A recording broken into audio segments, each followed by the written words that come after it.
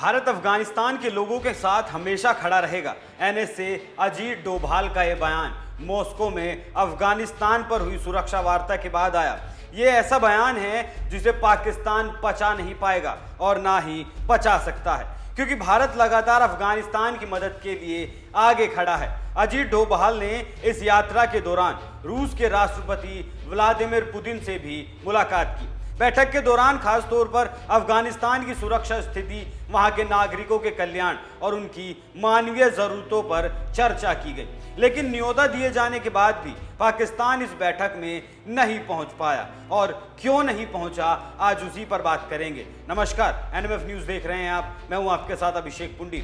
भारत के खिलाफ दिन रात साजिश बुनने वाले पाकिस्तानी आतंकियों से पूरी दुनिया को टेंशन है। भारत के राष्ट्रीय सुरक्षा सलाहकार अजीत डोभाल मॉस्को में थे। वहां उन्होंने अफगानिस्तान पर एक अहम बैठक में हिस्सा लिया। इस दौरान क्षेत्रीय सुरक्षा को लेकर गंभीर चर्चा हुई। डोभाल ने जोर देकर कहा कि आईएसआईएस, लश्कर ए तैयबा और जैश ए मोहम्मद से निपटने के लिए जबरदस्त खुफिया और सुरक्षा सहयोग की जरूरत है। इस दौरान डोभाल ने इशारों में अफगानिस्तान को लेकर चीन और पाकिस्तान के नापाक एजेंडे को भी बेनकाब कर दिया।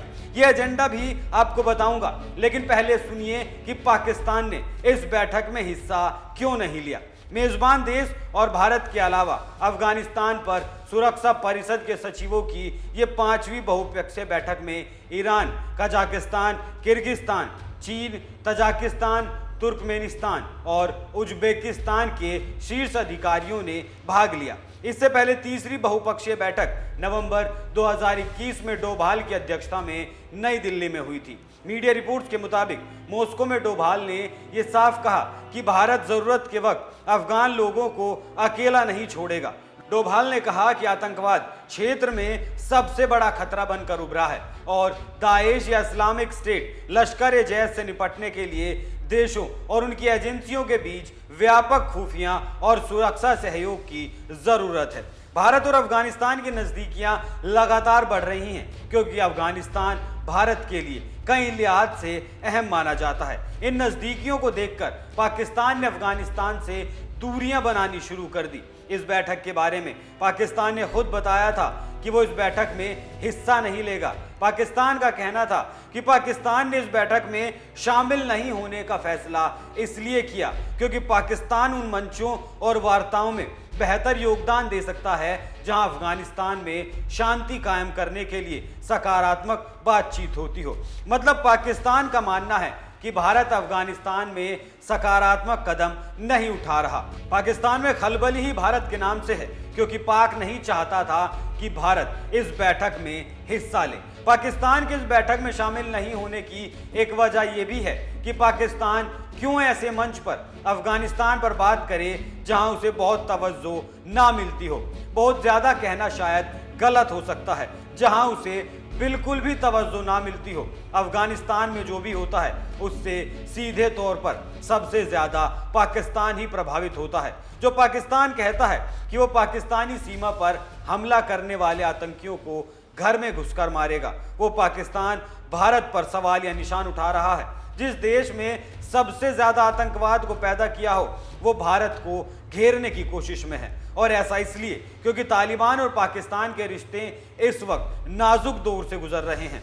एक तरफ तालिबान को पाकिस्तान से खतरा महसूस हुआ तो दूसरी तरफ तालिबान का समर्थन करने के लिए पाकिस्तान को गंभीर नतीजों का सामना करना पड़ा।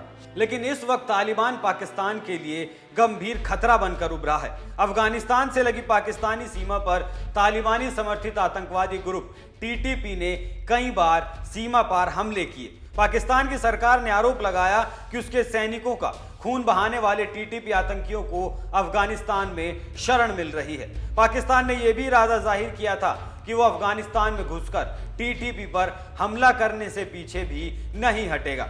पाकिस्तान के इस बयान पर तालिबानी आतंकी भड़के थे और उन्होंने टीटीपी को लेकर लगे आरोपों को आधारहीन और बेबुनियाद करार दिया था। तो पाकिस्तान बात को कितना भी घुमा फिरा ले, लेकिन वजह तो भारत ही है जिसकी वजह से उसने इस बैठक में हिस्सा नहीं लिया। अब देखिए वो एजेंडा जो डोभाल ने बेनकाब कर दिया। डोभाल ने कहा कि क्षेत्र में आतंकवाद के लिए अफगान धरती का इस्तेमाल हो रहा है। चीन तालिबान की कथित डील पर इशारा करते हुए उन्होंने कहा कि खनिजों का इस्तेमाल अफगान लोगों के लिए होना चाहिए। किसी भी देश को आतंकवाद और कट्टरपंथ फैलाने के लिए अफगान सरजमी का इस्तेमाल नहीं करने दिया जाना चाहिए। उनका इशारा सीधे तौर पर पाकिस्तान की तरफ था।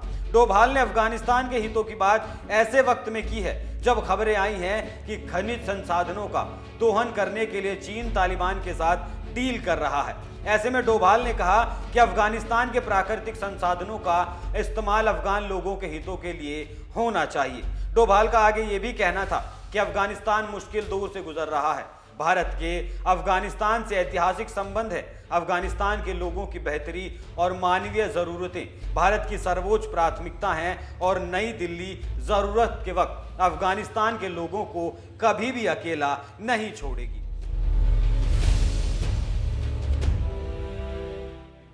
भारत अफगानिस्तान को भोजन के साथ दवाएं पहुंचा रहा है। अब तक 40,000 टन गेहूं, 60 टन दवाएं, 28 टन आपदा राहत, 5 लाख डोज कोविड-19 वैक्सीन और ठंड के कपड़े दिए जा चुके हैं। काबुल में भारतीय दूतावास में तैनात टेक्निकल टीम मानवीय सहायता कार्यक्रम चला रही है।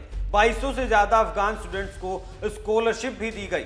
डोभाल ने बैठक में साफ कह दिया कि भारत अफगान लोगों की खुशहाली के लिए काम करता रहेगा। बस यही बात है जो पाकिस्तान के गले उतरने का नाम नहीं ले रही। पाकिस्तान को पैसे की इतनी जरूरत है कि बताया नहीं जा सकता, इसलिए उसने पहले बलूचिस्तान के लोगों से उनका व्यापार छीन लिया। उसके बाद अब उसकी नजर अफगानिस्तान पर है, जहां से वह अपने फायदे के लिए वहां के संसाधनों का दोहन करना चाहता है। एक तरफ दर दर की भीख की गुहार लगा रहा है पाकिस्तान, तो दूसरी तरफ अफगानिस्तान है जिसे पिछले 20 सालों से भारत से मदद मिलती आई है। भारत ये भी मानता रहा है कि अफगानिस्तान उसका रणनीतिक सहयोगी है और इसके लिए दोनों मुल्कों के बीच संबंध अच्छे होना जरूरी है। तालिबान के आने के बाद भी भारत ने धीरे धीरे संपर्क सही दिशा में ले जाने की कोशिशें लगातार की हैं। मानवीय आधार पर भारत ने अफगानिस्तान को सहायता भी मुहैया कराई।